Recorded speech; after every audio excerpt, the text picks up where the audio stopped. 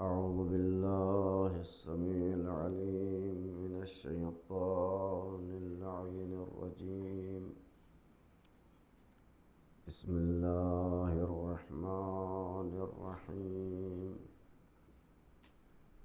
الحمد لله الذي هدانا لهذا وما كنا لنهتدي لولا أن هدانا الله لقد جاءت رسل ربنا بالحق.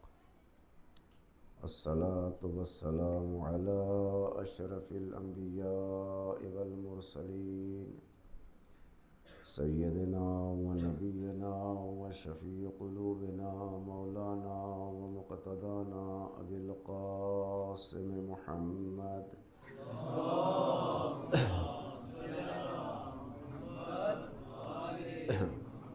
وعلى أهل بيته الطيبين الطاهرين المعصومين المظلومين المنتخبين المنتجبين الأكرمين الذين أذهب الله عنهم الرجس وطهرهم تطهيرا. اللهم صل على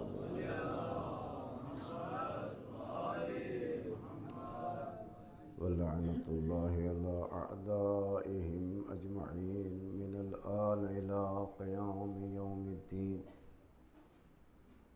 أما بعد فقد قال سبحانه وتعالى عز اسمه في محكم كتابه ومتقن خطابه وقوله الحق. بسم الله الرحمن الرحيم. شرع لكم من الدين ما وصى به نوح والذي أوحينا إليك وما وصينا به إبراهيم وموسى وعيسى أن أقيموا الدين ولا تتفرقوا فيه. صدق الله العلي العظيم. صلوات بر محمد و آل محمد.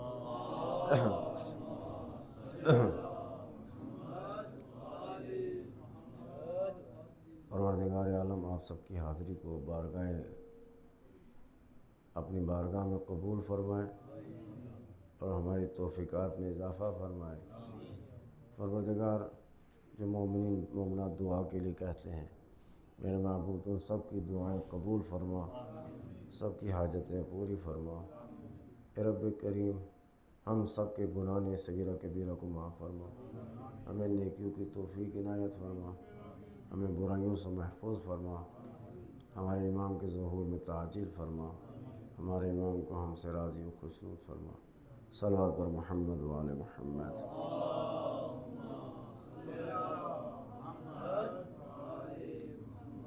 ارشاد الہی ہو رہا ہے، شرع لکم من الدین،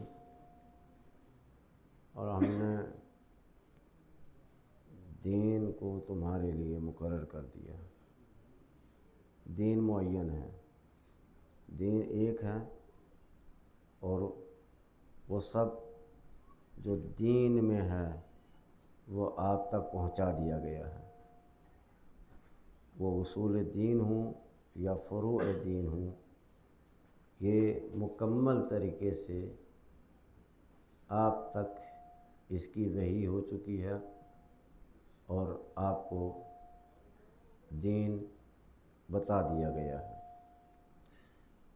اور اس دین کی خوبی یہ ہے کہ یہی دین، اسی دین کی وصیت ہم نے نوح کو کی ہے، اور اسی دین کی وحی ہم نے اے میرے حبیب آپ کو بھی کر دی ہے. اور اسی دین کی وصیت ہم نے ابراہیم کو کی ہے، موسیٰ کو کی ہے، عیسیٰ کو کی ہے. اور یہ وحی کرنے کا مقصد کیا ہے؟ دین آپ کو دیا کیوں ہے؟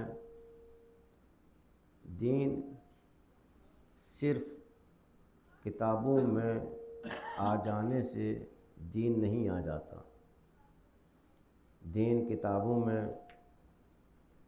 نہیں ہے۔ دین اس لیے اللہ نے نازل فرمایا ہے ان اقیم الدین، تاکہ دین قائم ہو سکے، دین قائم ہو سکے۔ اور پھر ارشاد ہوا ایک امر ہے،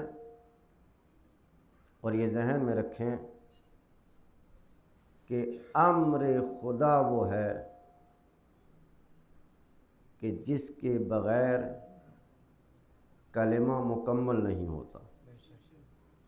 میں ظاہر سی آج طبیعت میری ٹھیک نہیں ہے تھوڑی سی، تو زیادہ ہو سکتا ہے میں گفتگو نہ کر پاؤں۔ ایک صلوات پڑھے محمد و آل محمد پہ، ایک آگے آگے آ جائیں، تھوڑا سا آگے آگے آ جائیں، آگے آگے آ جائیں، صلوات پڑھے محمد و آل محمد پہ۔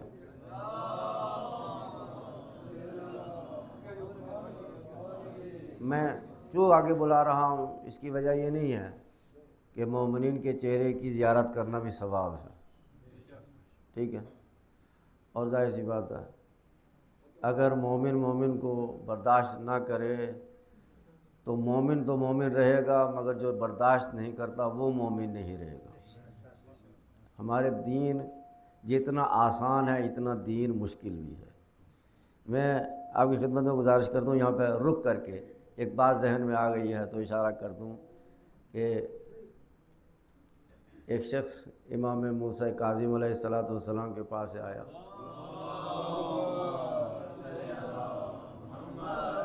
اور ظاہر سی بات ہے شہر مدینہ، وہ مدینہ کی جس میں رسالت مآب نے زندگی بسر کی ہو، وہ مدینہ جس میں امیر المؤمنین نے زندگی بسر کی ہو، وہ مدینہ جس میں جناب زہرا سلام اللہ علیہ نے زندگی بسر کی ہو، وہ اتنی پاک و پاکیزہ سرزمین، توجہ کریں، اس زمین کے اوپر جو ہے وہ ایک شخص آتا ہے آ کر کے 7ویں امام سے آ کر کے کہتا ہے کہ مولا یہ کچھ رقم میں آپ کو دے رہا ہوں۔ مولا نے رقم لی، کہا کہ کیا چاہتے ہو اس رقم سے؟ کہا مولا میں چاہتا ہوں کہ اس مدینے میں میرا ایک گھر بن جائے۔ کہا پھر کیا کرو گے؟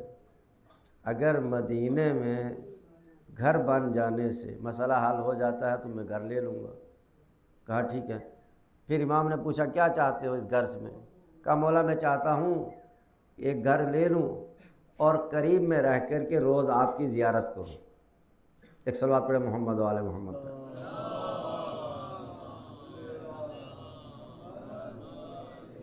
بات پہنچ رہی ہے؟ ایک صلوات پڑھے محمد و آل محمد پہ۔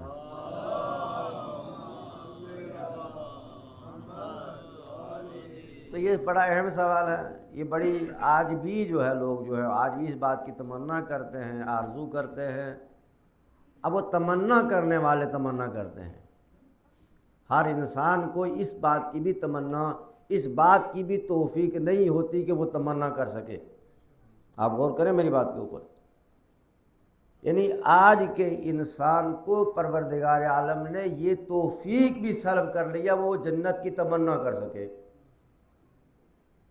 یہ میں نے بہت بڑی بات کہی ہے، جنت تو ملنا بہت کی بات ہے، یعنی ہم نے کبھی جنت کے لیے ہاتھ بھی بلند نہیں کیے کہ پروردگار عالم دنیا میں جو جیسی گزر رہی ہے گزارنے دے، مگر کم سے کم مرنے کے بعد ہمیں جنت دے دینا۔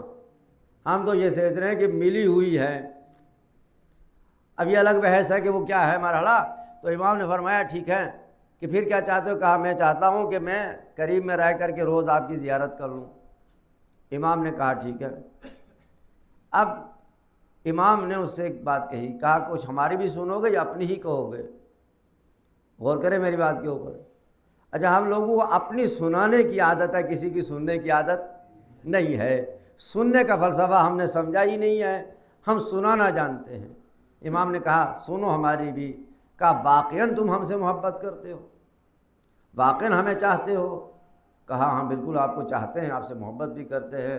کہا جاؤ یاد رکھو یہ پیسہ میں تمہاری طرف سے راہ خدا میں خرچ کر دے رہا ہوں، تم جاؤ اور جا کر کے اپنے علاقے میں اگر تم نے مومنین کی زیارت کی، مومنین کا خیال رکھا، یاد رکھو تمہیں ثواب وہی ملے گا جو اپنے زمانے کی امام کی زیارت کر رہے ہو۔ یہ آپ نے سن لیا، آپ نے کہہ دیا ہاں ہاں صلوات پڑھے محمد و آل محمد پہ۔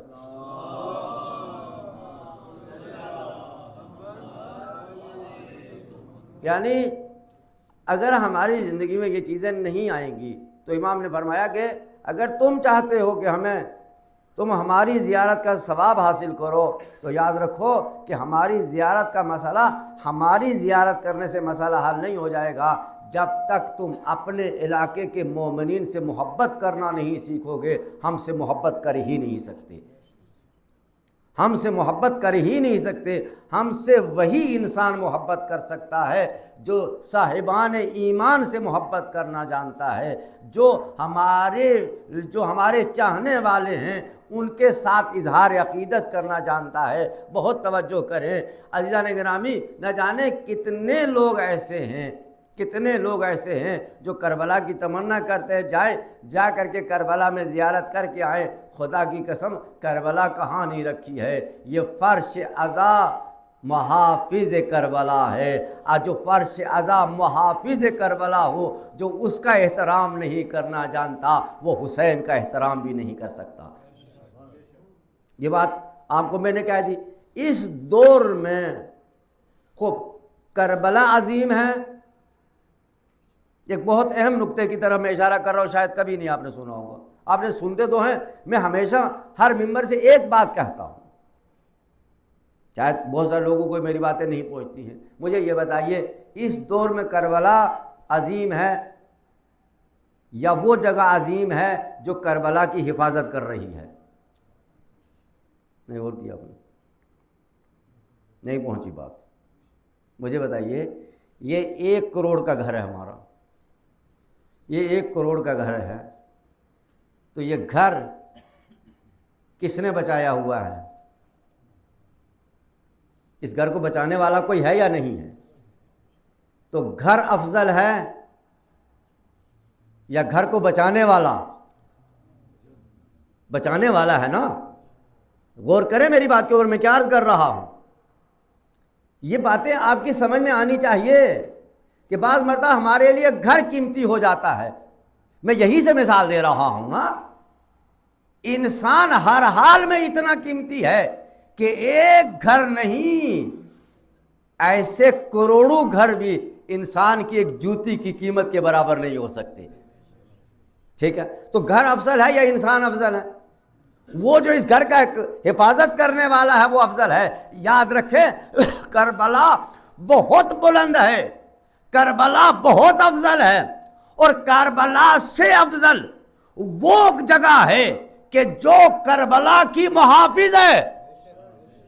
کربلا کی محافظ کا نام ہے فرش عزا، اور یہ اگر فضیلت نہ رکھتی ہوتی تو سیدہ فرش عزا پہ نہ آتی، حسین فرش عزا پہ نہ آتے، رسول اللہ فرش عزا پہ نہ آتے، علی مرتضی فرش عزا پہ نہ آتے۔ اس کا مطلب یہ ہے جنت سے، کربلا سے بڑھ کر کے آج کی زندگی میں، آج کے اس دور میں اگر کوئی بلند جگہ ہے تو وہ فرش عزا ہے۔ صلوات پڑھ دے محمد و آل محمد پر۔ کیوں؟ اسی فرش عزا نے کربلا کو بچایا ہوا ہے۔ کربلا اسی کے ذریعے سے پہنچ رہی ہے، کربلا اسی کے ذریعے سے باقی ہے۔ اور یہی وجہ ہے، غور کریں، آپ کی خدمت میں گزارش کر رہا ہوں کہ اسی لیے آل محمد نے کہا کہ تم فرش عزا بچھاؤ، ہم آئیں گے۔ کیوں آئیں گے؟ اس لیے کہ وہ جانتے ہیں جنت اگر ہے باقی تو اس فرش عزا کی وجہ سے۔ سرداران جنت کا اگر تذکرہ باقی ہے تو اسی فرش عزا کے ذریعے سے، لہذا وہ آ کر کے بتاتے ہیں کہ کوئی بھی انسان بلند جگہ کو چھوڑ کر کے پس جگہ پہ نہیں جاتا۔ اگر کوئی انسان بہت بلندی پہ ہے تو وہاں سے نیچے آنے کو تیار نہیں ہے، لیکن آل محمد نے بتایا کہ جنت بہت قیمتی ہے، مگر جنت سے بھی قیمتی فرش عزائے حسین ہے۔ ایک صلوات پڑھے محمد و آل محمد پہ۔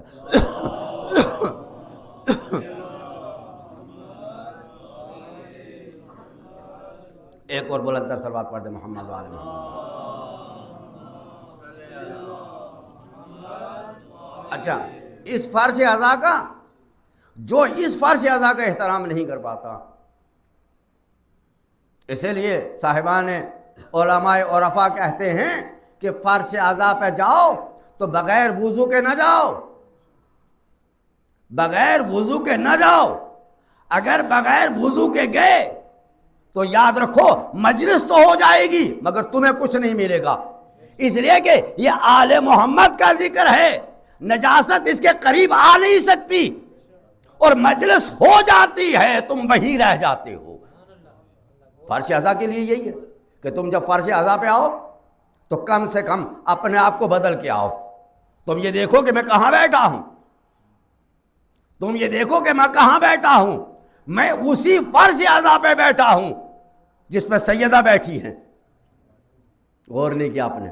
اچھا مجھے انصاف سے بتائیے، میں یہ کہتا ہوں کون ہے یہ، تو میں ابھی ممبر سے اگر یہ بات ہے تو کہہ دوں تو برا نہیں لگنا چاہیے۔ ایک صلوات پڑھے محمد و آل محمد پر۔ مجھے بتائیے انصاف سے، اگر یہاں پہ کوئی بزرگ چار بیٹھے ہوں تو بہرحال کوئی ان سے ڈر، آج کل بزرگوں سے ڈرنے کا رواج ختم ہو گیا ہے۔ آج کل کے زمانے میں بزرگوں کو ڈراتے ہیں، بزرگوں کو آنکھیں دکھاتے ہیں، بزرگوں سے ڈرنے کا والا معاملہ ختم ہو گیا۔ چلو مثال ہی ہے صحیح، پہلے زمانے کی بات کر رہا ہوں۔ پہلے زمانے کی یہ تھا کہ اگر کوئی بزرگ آ گیا مجلس میں تو جو جوان بھی ہوتے تھے، ہمیں تو جوانی دیکھی ہی نہیں، ہم نے لوگوں نے جوانی دیکھی نہیں، ہم نے ایک بچپنا دیکھا، ایک بڑھاپا دیکھا ہے، اس لیے کہ اب بچے جوان ہوتے ہی نہیں، یا بچے ہوتے یا بوڑھے ہوتے ہیں۔ میں کچھ کہہ رہا ہوں اگر سمجھ میں آ رہا ہو تو، میں کچھ کہہ رہا ہوں، جوان اللہ نے بنایا اس لیے کہ اس میں پیروں میں طاقت دی، حوصلہ دیا، تاکہ تم کسی کی مدد لو نہیں بلکہ دو۔ ہم نے تمہیں طاقت اس لیے دی ہے، جوانی اس لیے دی ہے۔ آج مشکل سے اگر کوئی بچہ اٹھا کے موبائل چل جائے تو غنیمت ہے، ان سے بھائی اتنا ہی اٹھتا ہے، اس سے زیادہ وہ اٹھا نہیں سکتے۔ تو میں نے کہا کہ کیوں کہ بڑا ہم نے یا بچپنا دیکھا یا جوانی دیکھی۔ ہمارے بزرگوں وہ بزرگ ہیں جنہوں نے بچپنا بھی دیکھا، جنہوں نے جوانی بھی دیکھی، اور جنہوں نے بڑھاپا بھی دیکھا، لیکن یہ کہہ دیجئے کہ ہمارے بزرگوں کا اتنا بڑھاپا خراب نہیں ہوا جتنا اس قوم کے بچوں کا ہو گیا۔ یہ بات آپ برا نہ سمجھیے گا، اس کو صلوات پڑھ دے محمد و آل محمد پر۔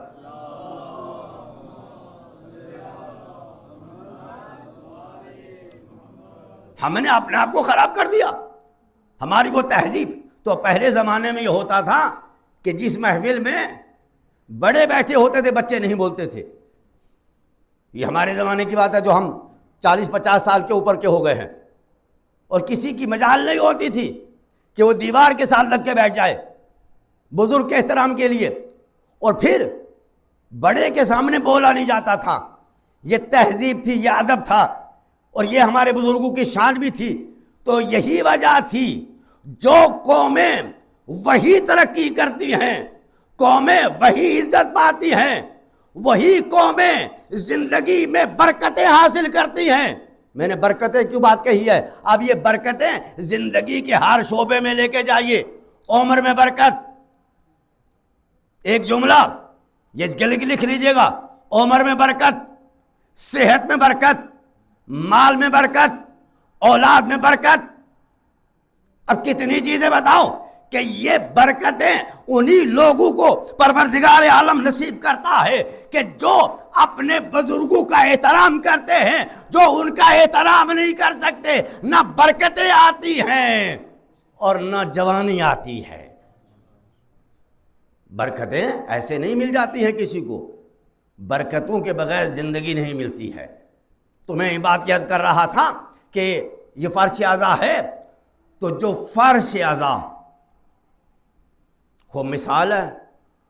آپ کہیں گے مولا ہم تو آپ کا بڑا احترام کرتے ہیں، آپ کا بڑا احترام کرتے ہیں۔ آپ کیا کہنے مولا، ہم تو خون بھی بہا دیں گے، ہم تو جان بھی دے دیں گے۔ یہ جھوٹا نہیں ہے تو کیا ہے انسان، اتنا جھوٹا ہے انسان آج کے دور کا۔ واقعی اس کو یہ بات کہتے ہوئے مجھے کوئی کہے کہ مولا جان، کیسے جان دے دیں گے بھائی؟ مجھے یہ بتائیے کہ اگر اسی فارسی اعضاء پہ خود امام سوال کر رہے ہیں تو میرا احترام کیا کرو گے؟ میری ماں اس فارسی اعضاء پہ، میرے نانا اس فارسی اعضاء پہ، میرے بابا اس فارسی اعضاء پہ، میرے بھائی حسن اس فارسی اعضاء پہ، جب تم ان کا احترام نہیں کر پائے تو میرا کیا احترام کرو گے؟ صلوات پڑھ دے محمد و آل محمد پہ۔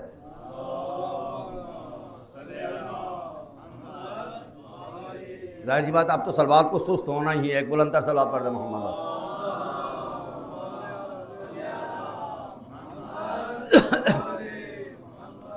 تو نوجوانوں کو کیا کرنا چاہیے؟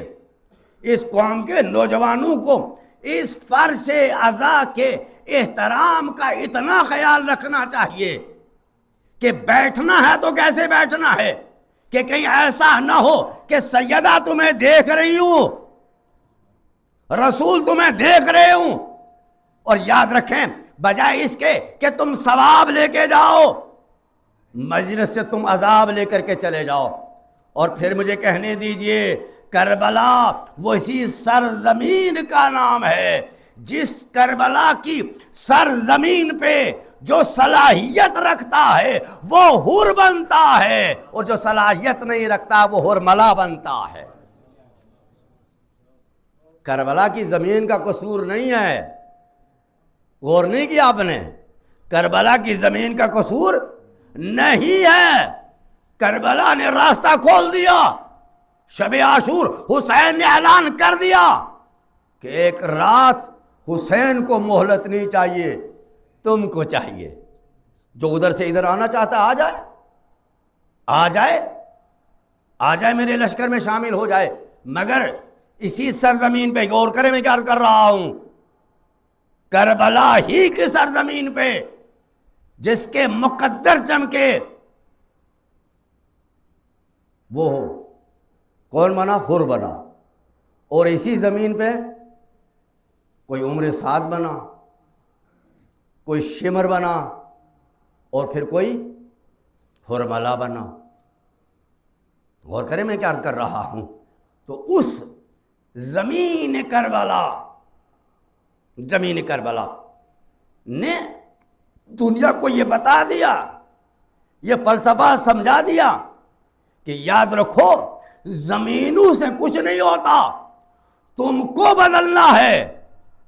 کربلا قیامت تک کربلا رہے گی، اور یہ مت سوچنا کہ جو بھی کربلا میں قدم رکھے گا وہ حسینی ہے، نہیں، کربلا میں حسینی 72 ہی تھے، ہزاروں میں یزیدی تھے۔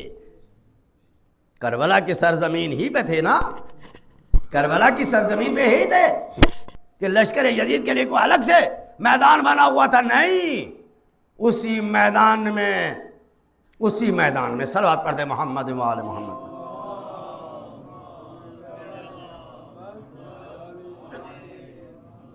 تو یہ ضمنی باتیں میں نے کیوں عرض کی؟ یہ اس لیے عرض کی کہ چاہے وہ مجلس ہو، چاہے وہ جلوس ہو، لیکن اگر اس کا احترام نہیں تو یاد رکھے یہ فرش اعضاء کی بے حرمتی نہیں ہے، یہ آل محمد کی بے حرمتی ہے۔ کس کی بے حرمتی ہے؟ آل محمد کی۔ آل محمد کی حرمتی کرنے والا بھی اپنے آپ کو مسلمان کہتا ہے، جو رسول کی حرمت کا خیال نہ رکھے، جو زہرا کی حرمت کا خیال نہ رکھے، جو علی کی حرمت کا خیال نہ رکھے، وہ کچھ بھی ہو سکتا ہے مگر وہ مسلمان نہیں ہو سکتا، مسلمان نہیں ہو سکتا، اس لیے کہ تمہیں خالی کلمے کے لیے نہیں کہا گیا ہے، رسول کے احترام کے لیے کہا گیا ہے، رسول کے احترام کے لیے کہا گیا ہے، علی کے احترام کے لیے کہا گیا ہے، فاطمہ کے احترام کے لیے کہا گیا ہے۔ ایک بلند تر صلوات پڑھے محمد و آل محمد۔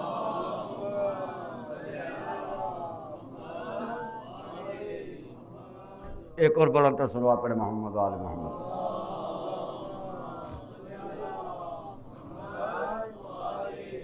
تو یہ چیزیں جو سماج میں ہمارے ہاں، تو اس کے اوپر میں نے اس چند جملے کیوں کہے؟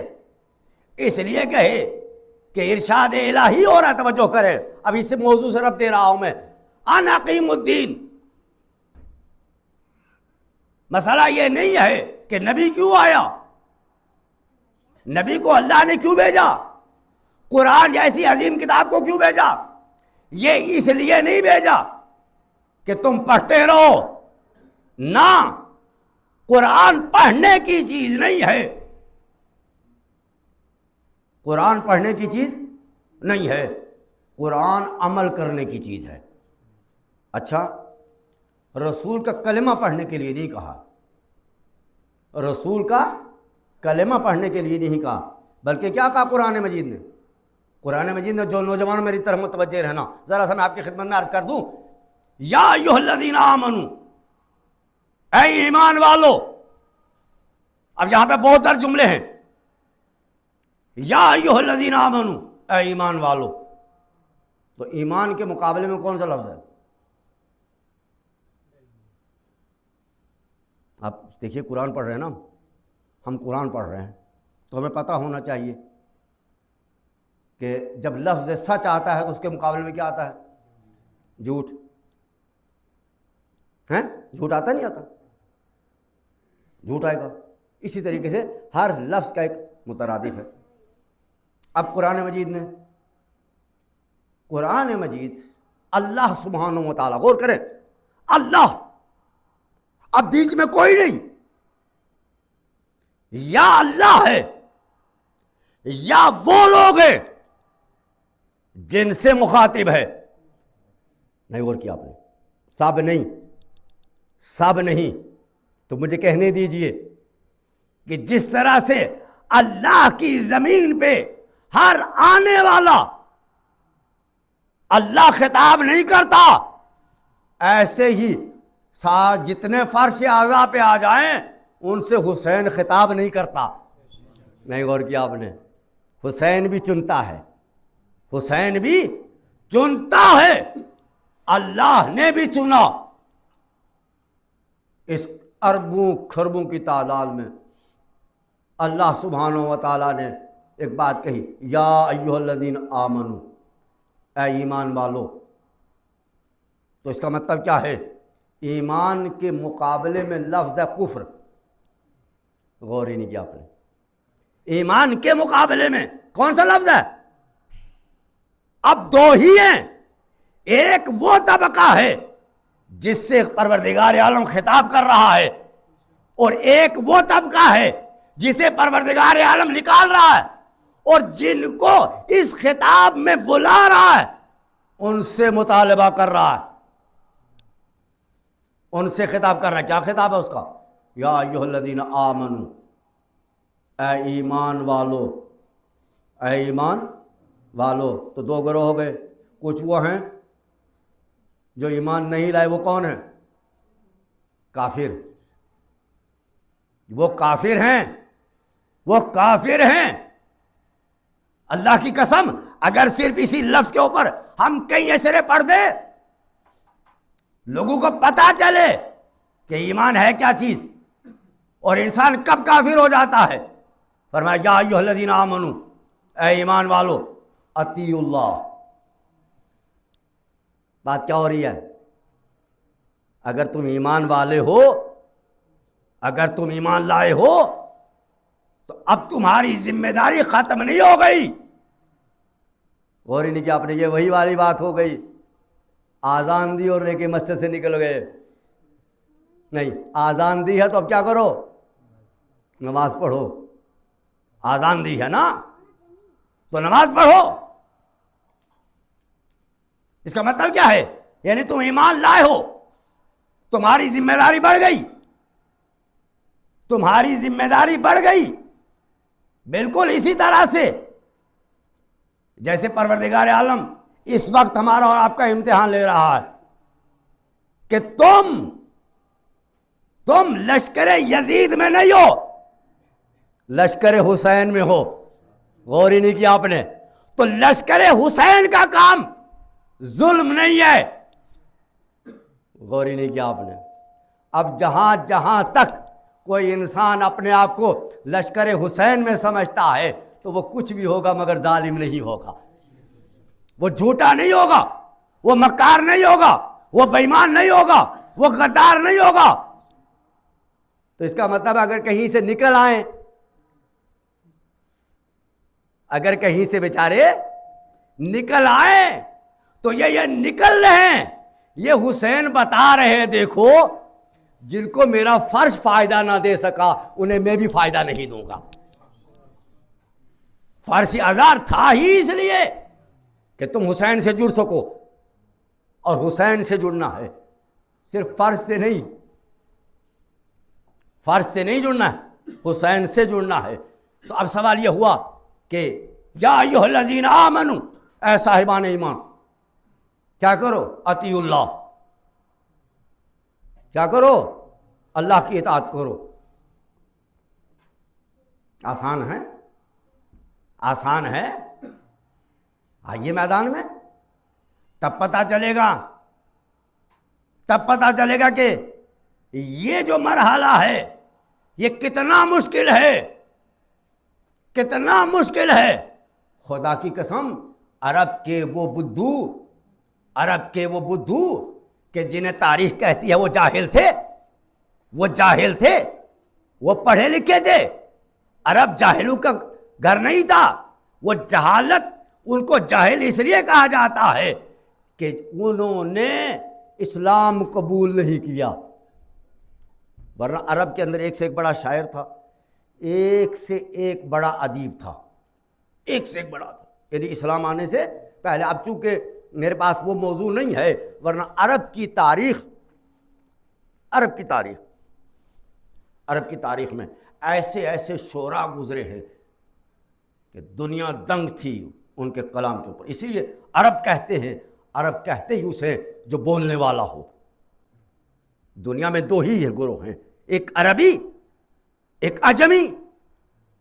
ہم گونگے ہیں. ہم کون لوگ ہیں؟ عربی کے مقابلے میں دو ہی طبقے ہیں, یا عربی ہیں یا عجمی ہیں. عربی اپنے آپ کو برتر کیوں سمجھتے ہیں؟ کہ وہ اس وقت بھی بولتے تھے جب ساری دنیا خاموش تھی. ان کے ہاں اس وقت بھی علم تھا, اور علم عروج پہ تھا. مثلا ایک علم کی بات کر دوں, صلوات پڑھے محمد وآل محمد پر.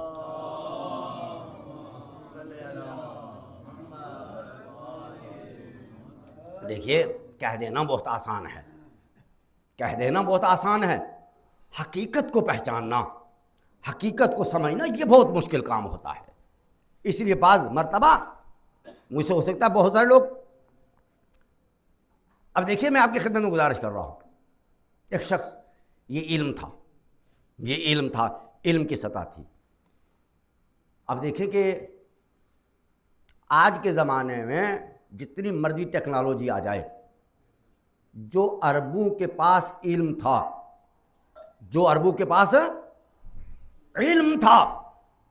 اتنا علم کہیں نہیں تھا. اس لیے انہیں عرب کہا جاتا ہے. اور عرب کے معنی یہ ہے جو بولنا جانتا ہو, جو بولنے کا فن رکھتا ہو. آج بھی ہم کتنا بولیں مگر اہل عرب کے سامنے ہم گونگے ہیں.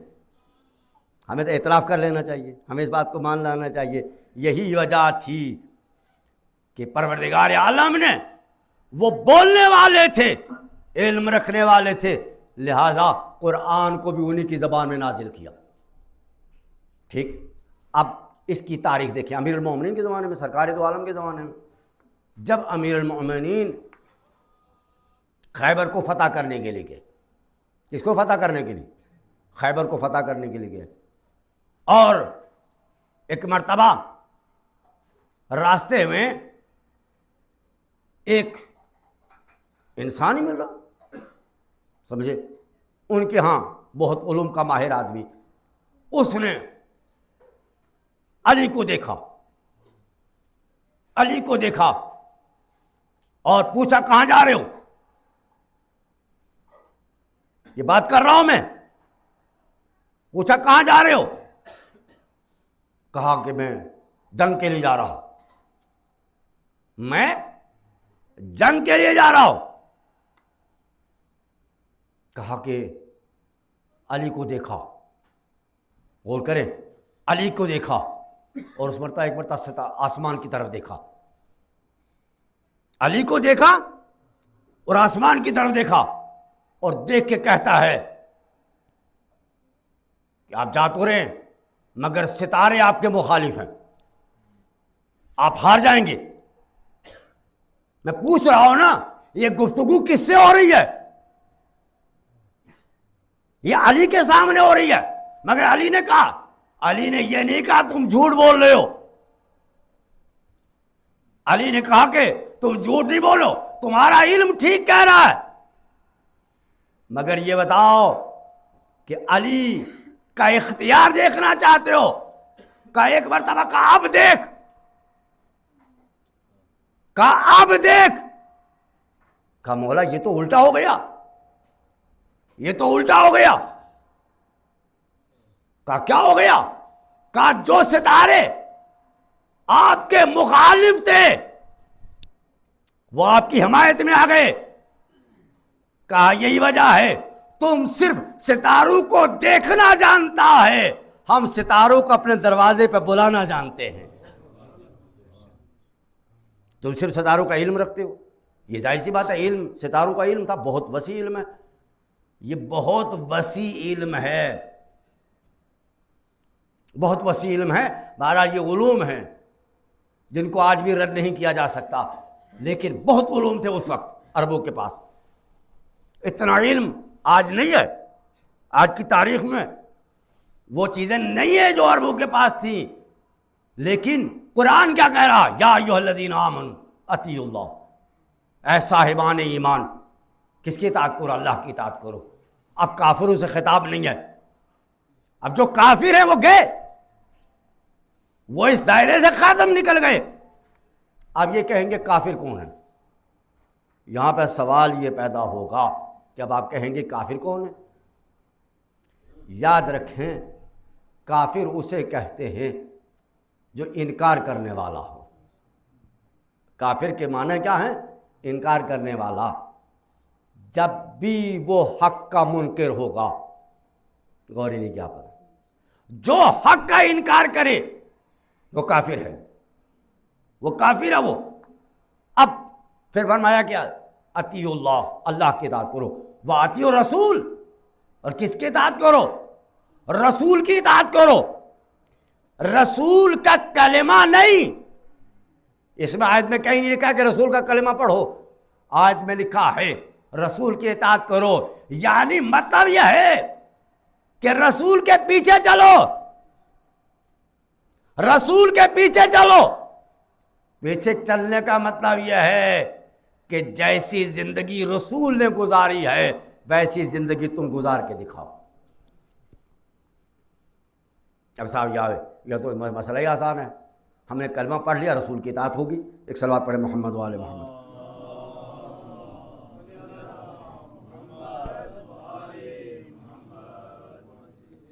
یہ اتنا مشکل مرحلہ ہے جہاں میں آپ کو لایا ہوں. کس کی اطاعت کرو؟ اطیعوا اللہ، اللہ کی اطاعت کرو، رسول کی اطاعت کرو. اب میں آپ سے پوچھنا چاہتا ہوں کہ اطاعت کے معنی کیا ہیں؟ اطاعت کے معنی کیا ہیں؟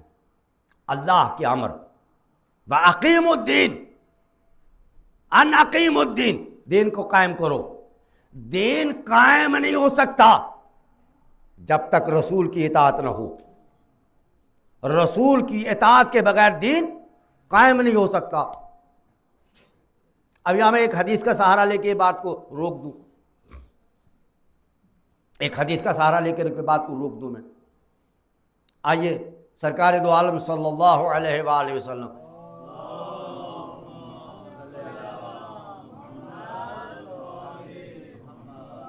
ایک اور بلند تر صلوات پڑھے محمد وآل محمد.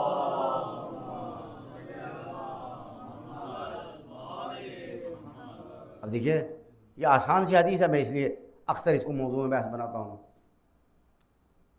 اور آسان باتیں جب سمجھ میں آ جائیں گی مشکل خود بخود سمجھ میں آنے لگے گی.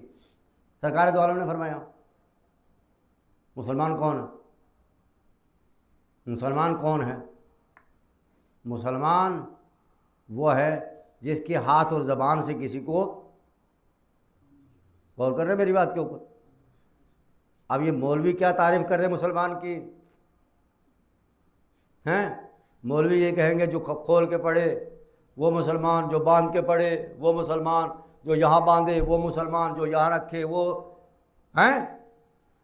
لیکن بابا مولویوں والا دین سے قیامت نہیں ملے گی، جنت رسول والے دین سے ملے گی جو رسول تمہیں دین دے رہے ہیں. اس لیے پھر یہاں پہ ایک بحث آئے گی کہ قرآن مجید نے کہیں یہ نہیں کہا کہ تم فرقوں کی اطاعت کرو. نہ، کوئی فرقہ بھی لائق اطاعت نہیں ہے. فرقہ وہی فرقہ ہے جو رسول کی اطاعت کرے، ورنہ وہ مسلمان ہی نہیں ہے.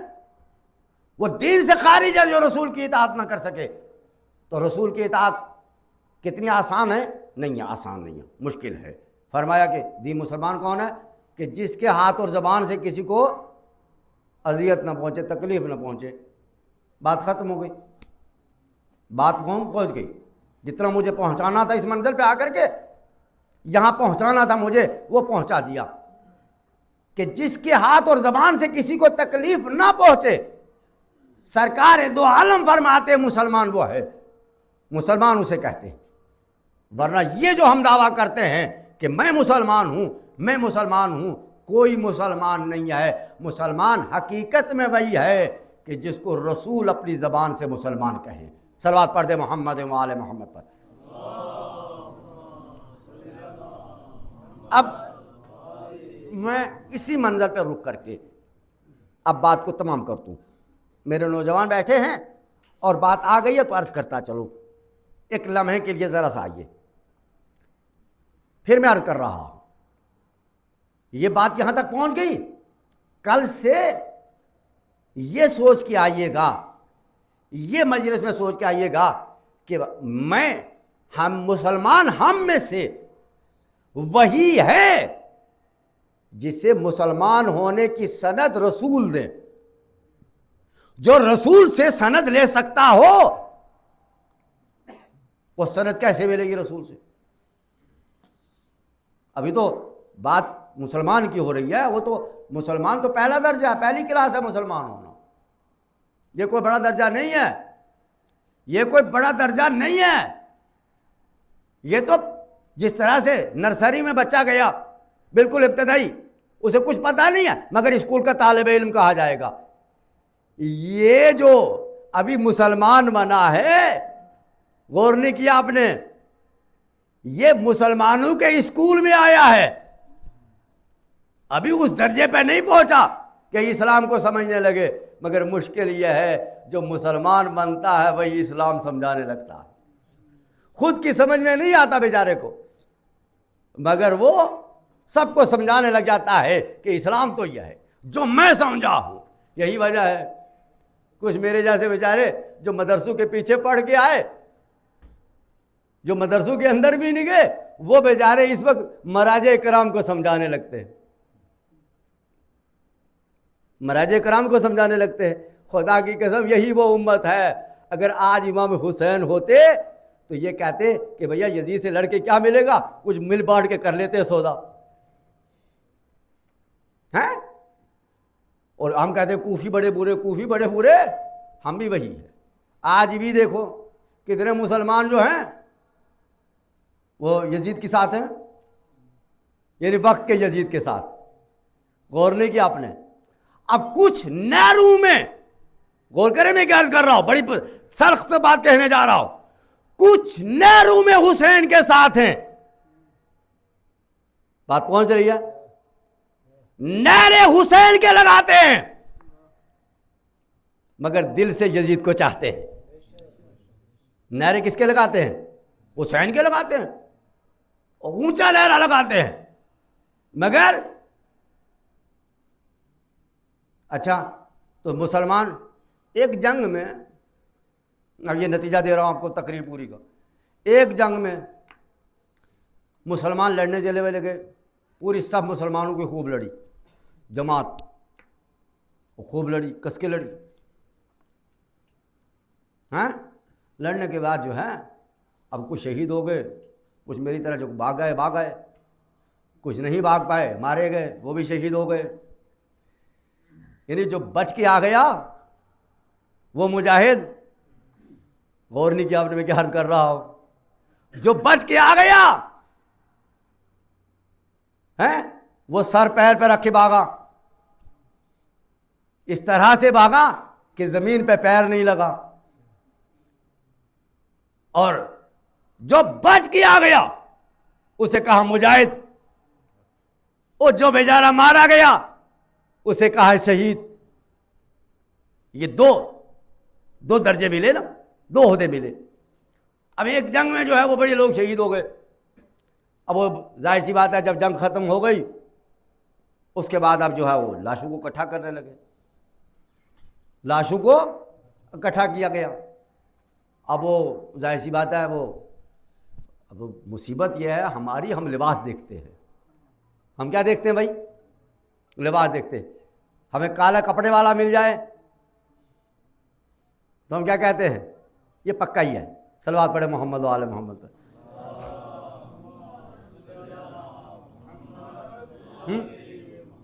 یہ لباس، اب ظاہر سی بات ہے لباس امتیاز بنتا ہے، لباس پہچان بنتی ہے، اس میں کوئی دو رائے نہیں ہے. لباس پہچان بن گئی.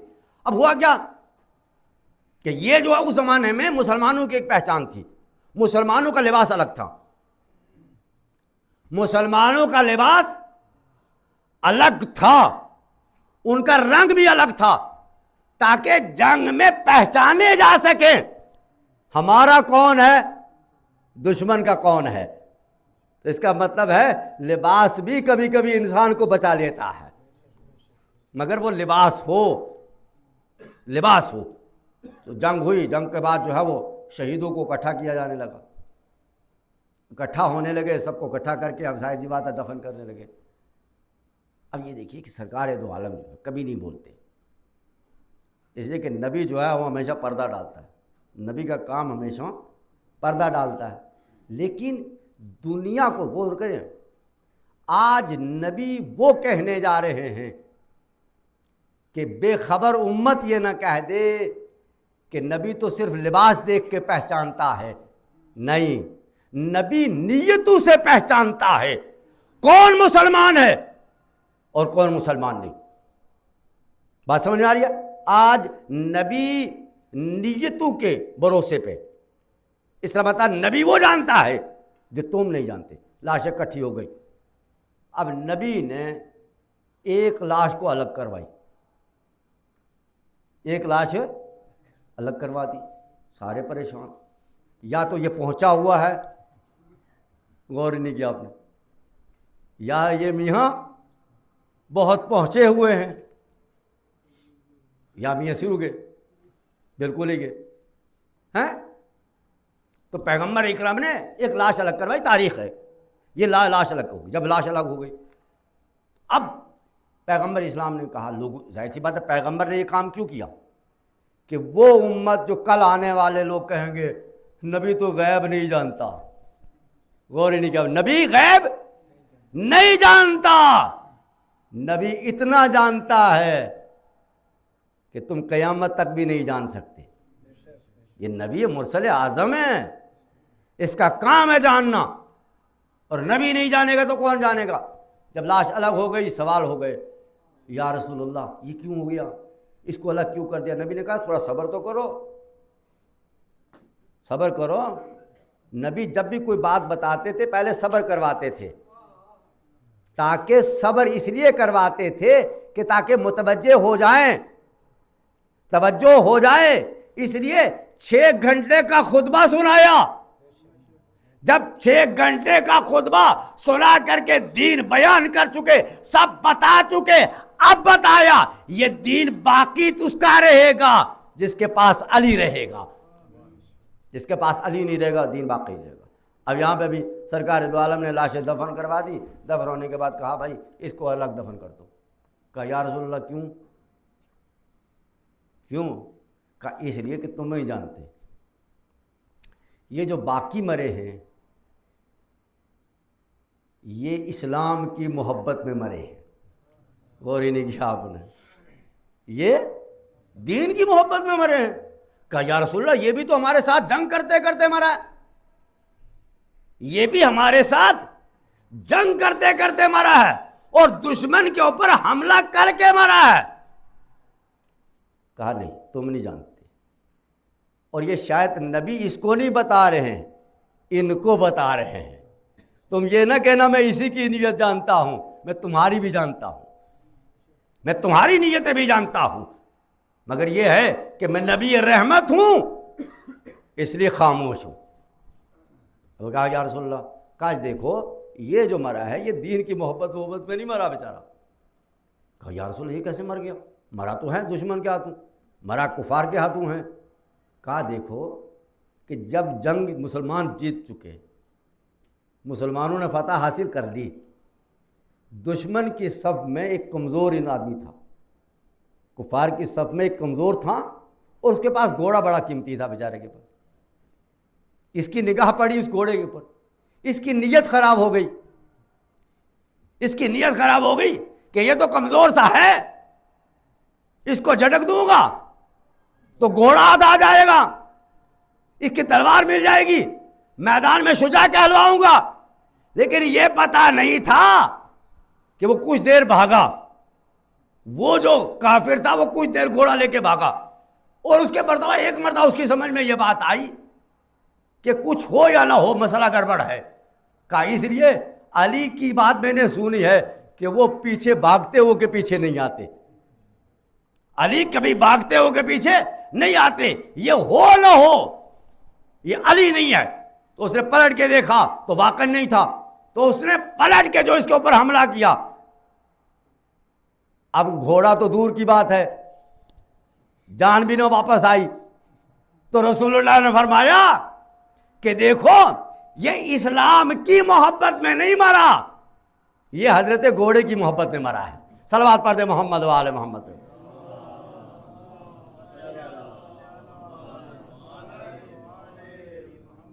توجہ کرے گا؟ تو اسلام کی محبت میں نہیں مرا، مسلمانوں کی صف میں مرا، مسلمانوں کے ساتھ مرا۔ مگر یہی وجہ ہے کہ کوئی کہیں مرتا ہے جس سے اس کی روح ملتی ہے اسی کے پاس پہنچ جاتی ہے، وہ کہیں بھی ہو وہ اپنے لشکر میں شامل ہو جاتی ہے۔ بس اسی لیے کہا گیا ہے جسم کو کہیں ڈال دو، جسم کو کہیں بھی ڈال دو، روح وہی پہنچتی ہے جن سے رشتہ ہے۔ اب یہ دیکھ لو کس سے رشتہ ہے، یہ دیکھنا پڑے گا رشتہ کس سے ہے۔ ایک صلوات پڑھے محمد و آل محمد۔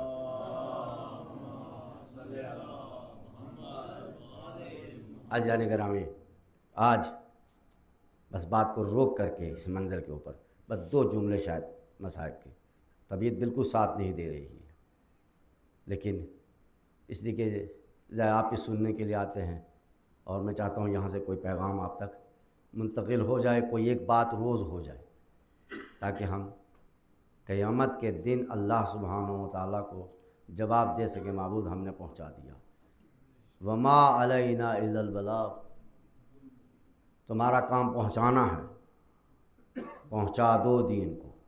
حسین نے بھی یہی کیا، دین وما علینا الا البلاغ،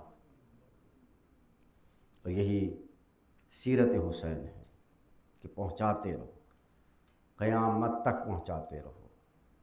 اور اس کے لیے اگر تم قربانیاں دینا پڑیں تو دو، اس کے لیے اگر تمہیں زینب کی چادر دینا پڑے تو دو، اس کے لیے اگر تمہیں عباس کے بازو دینا پڑے تو دو۔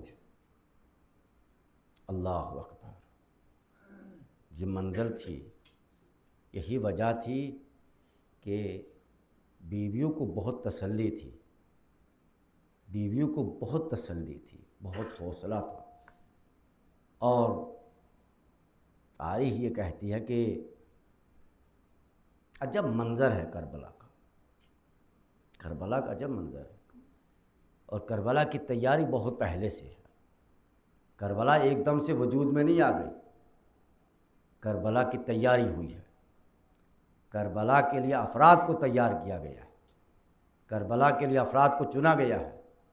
ایسا نہیں ہے کہ کوئی بھی کربلا میں آ گیا ہو، لشکر حسین میں آ گیا ہو، نہیں، یہ انتخاب ہے پروردگار عالم کا، ان کو چنا گیا ہے۔